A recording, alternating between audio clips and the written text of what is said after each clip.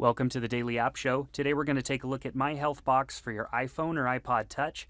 This is an app that helps you keep your medication information available all the time. It's nice because it has e-leaflet information, which those little leaflets that you typically get with your medication that you throw away or you throw in a drawer, you can keep that information now with you so that you have all of the valuable information about the medication on you at all times.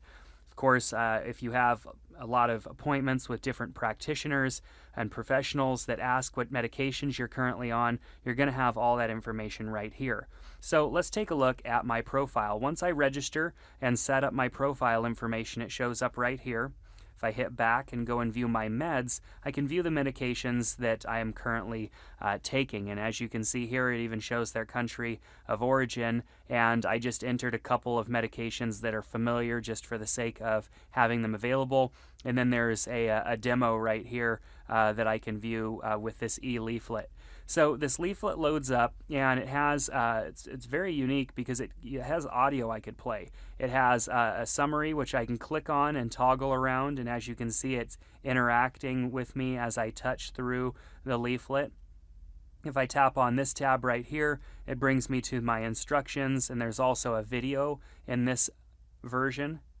If I tap right here, there's contact information about this medication, and then if I click on this last one, I have adverse reaction report, which I could send in just to notify and let them know that I did have a reaction to this medication, so that way, you know, we never know how some of these medications are going to react unless they're tried. Of course, you have a doctor prescribing them, but you never know. So it's good to have that ability to submit that information and be able to get some sort of result. So I can edit and delete any of these medications. If I have a long list, I can use the search to search through them. If I tap on pharmacies, I can zoom out and find pharmacies. I'm here in the United States where it's not their market, so I'm going to zoom out and scroll across to the sea here to Europe and try and find a pharmacy in here. Oh, you see one popped up right here. You can see up here that it's thinking and trying to find pharmacies for me as I scroll and zoom around. If I tap on that pin, it gives me the information about that pharmacy, and I can view that information right here and make contact with them. Alerts, notification, and news is information that would come through to your app about the medications that you're taking. For example, this medication Celebrex in the U.S. had a recall at one point, and I would get notifications about that type of information in here.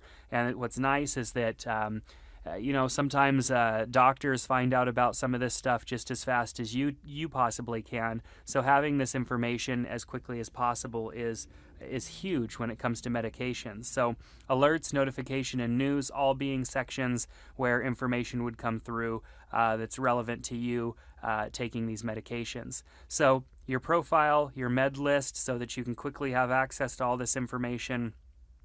The ability to view the e-leaflets, submit any reaction information that could potentially help them in the development or just helping you out of that situation. So myHealthBox, of course, on your iOS device works on an Android device as well. So if you want to see how this looks over on the Android, you can go over to dailyappshow.com/myhealthbox and see more information about this app for both of these devices. So definitely check it out in the App Store.